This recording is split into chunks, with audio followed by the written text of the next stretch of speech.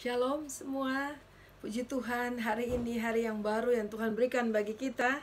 Kita sama-sama belajar firman Tuhan, melanjutkan pembacaan dan perenungan firman Tuhan kita dari kitab pertama Samuel. Dan kita sudah sampai di pasal 7 sampai pasal 9 pada hari ini. Dan pasal 7 dibuka dengan masa pelayanan kepemimpinan dari seorang Samuel sebagai hakim yang ditetapkan Tuhan, tapi dia juga sekaligus sebagai nabi dan sebagai imam. Ada 3 rangkap yang dilaksanakan oleh Samuel, dan kita melihat bahwa Samuel adalah seorang pemimpin yang dipanggil dan diangkat oleh Tuhan untuk memimpin bangsa Israel.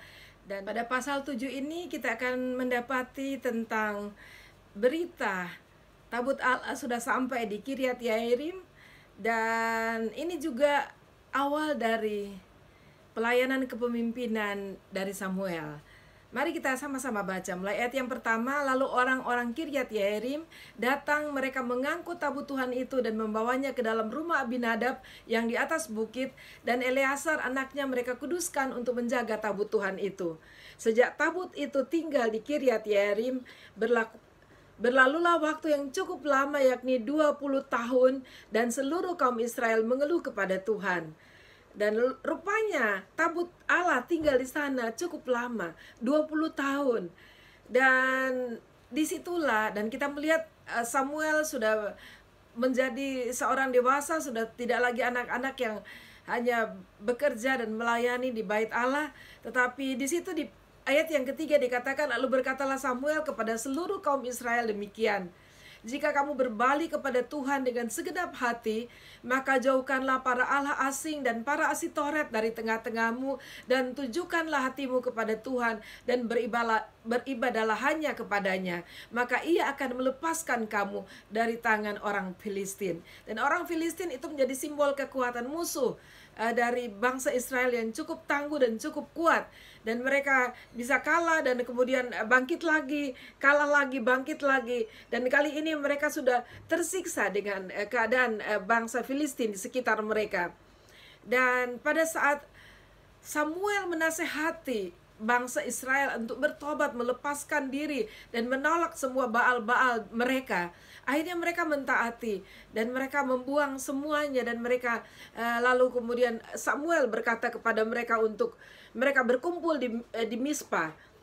Dan Samuel ingin mendoakan dan memberkati mereka. Lalu orang Israel kemudian berkumpul bersama-sama di Mispa, dan bahkan mereka berpuasa, mereka memohon ampun kepada Tuhan untuk segala pelanggaran mereka.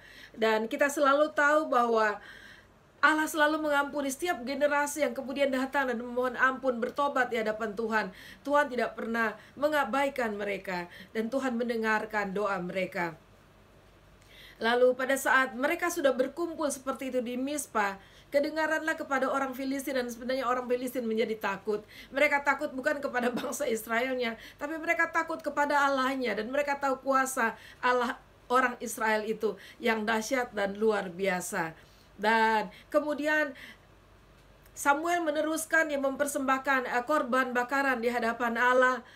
Dan sementara dia mempersembahkan korban bakaran di hadapan Allah, orang Filistin mulai maju menyerang. Tak tahu awalnya orang Israel menjadi takut, tetapi setelah diberikan kekuatan oleh Samuel, mereka juga maju dan menyerang orang-orang Filistin itu. Dan akhirnya firman Tuhan berkata bahwa Israel maju dan memukul kala orang Filistin itu.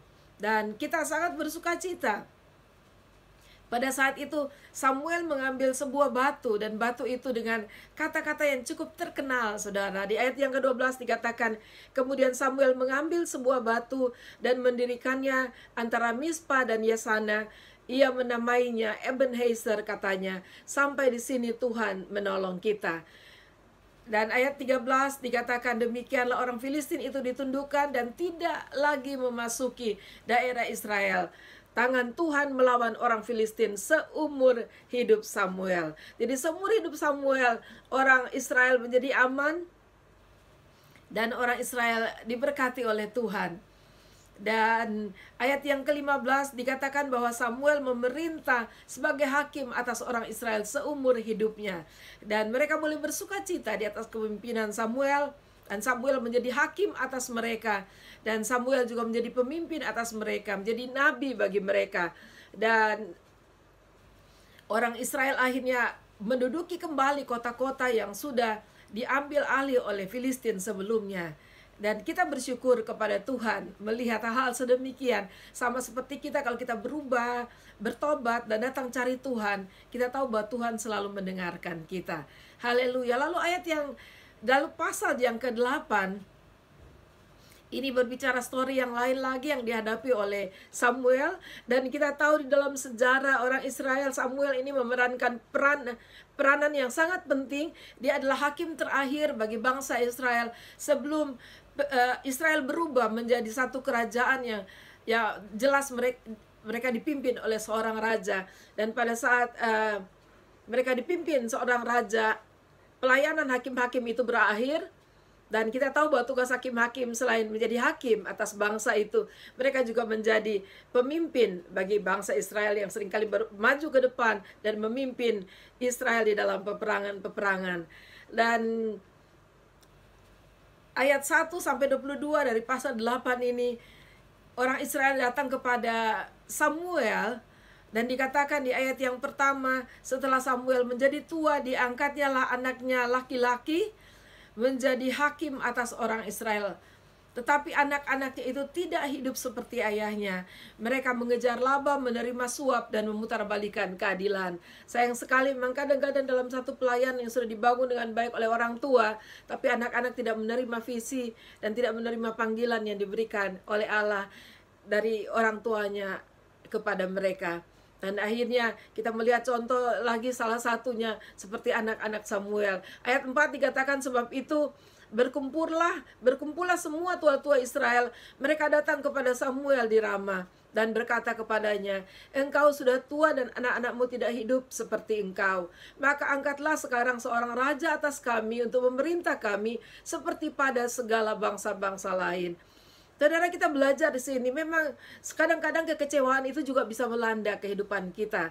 Tetapi apapun keadaan, apapun situasi yang kita hadapi, apapun bentuk kekecewaan yang kita hadapi, bukan berarti pembenaran buat kita untuk melakukan apa saja yang merupakan kehendak kita. Apalagi kita melihat bangsa Israel meminta raja untuk mengikuti bangsa-bangsa lain.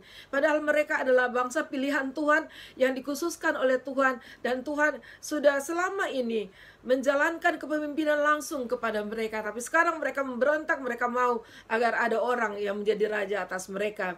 Dan kita tahu bahwa ini merupakan pergumulan bagi Samuel.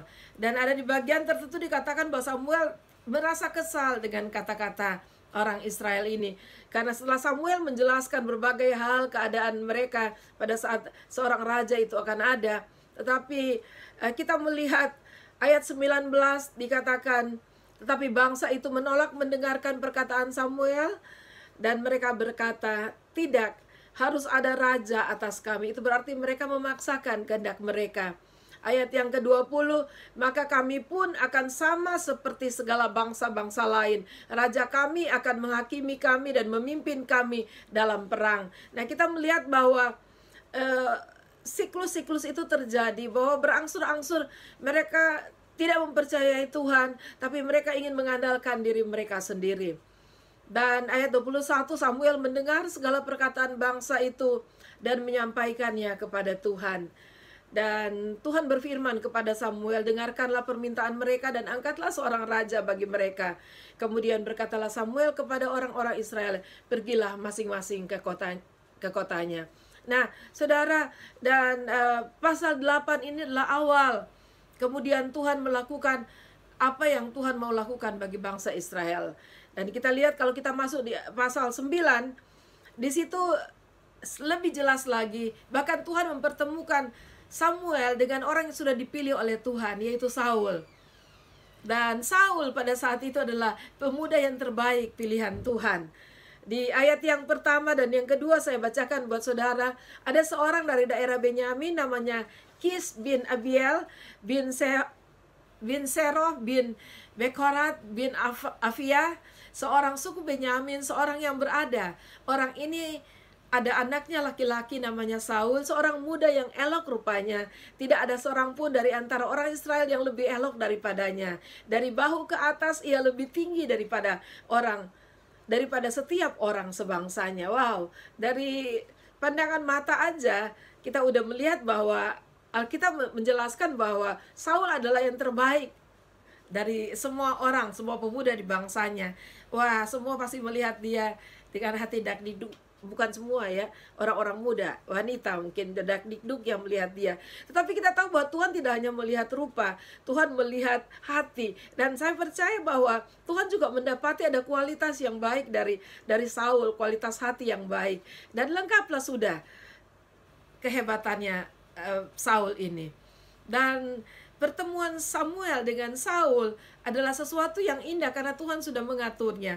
Dan Tuhan sudah memberitahukan kepada Samuel bahwa engkau akan berjumpa dengan seorang muda pada waktu tertentu begini, seperti ini besok. Dan Tuhan akan memberitahukan kepadanya. Dan Saul sendiri bukan sesuatu yang kebetulan, saudara ya, bahwa Tuhan mengatur skenarionya. Ayahnya kehilangan keledai-keledai betina, dan persoalan itu akhirnya membawa Saul berjumpa dengan Samuel. Dan sesudah pembahasan dan bahkan makan bersama, dan Tuhan sudah menyatakan bahwa inilah raja yang engkau harus urapi. Dan akhirnya pada saat keesokan paginya dalam perjalanan pulang, Saul menuju ke rumah orang tuanya. Bersama-sama diantar di perjalanan, diantar oleh Samuel untuk keluar. Lalu disitulah dipersiapkan untuk Samuel mengurapi Saul. Dan kita akan masuk di pasal berikutnya, bagaimana Samuel mengurapi Saul. Sebab itu tetap setia baca firman Tuhan. Dan kita pasti akan bersuka cita melihat bagaimana karya tangan Tuhan menghadapi umat pilihannya yang dia kasih, dia cintai, yang sudah melakukan segalanya bagi umatnya. Tapi seringkali kita melihat bahwa ada di antara mereka yang memberontak terhadap Tuhan. Bahkan kali ini secara bersama-sama berbangsa mereka memberontak terhadap Tuhan, meminta kepemimpinan manusiawi. Tetapi Tuhan juga mendengarkan, dan kita percaya bahwa Tuhan dapat melakukan apapun yang Tuhan bisa.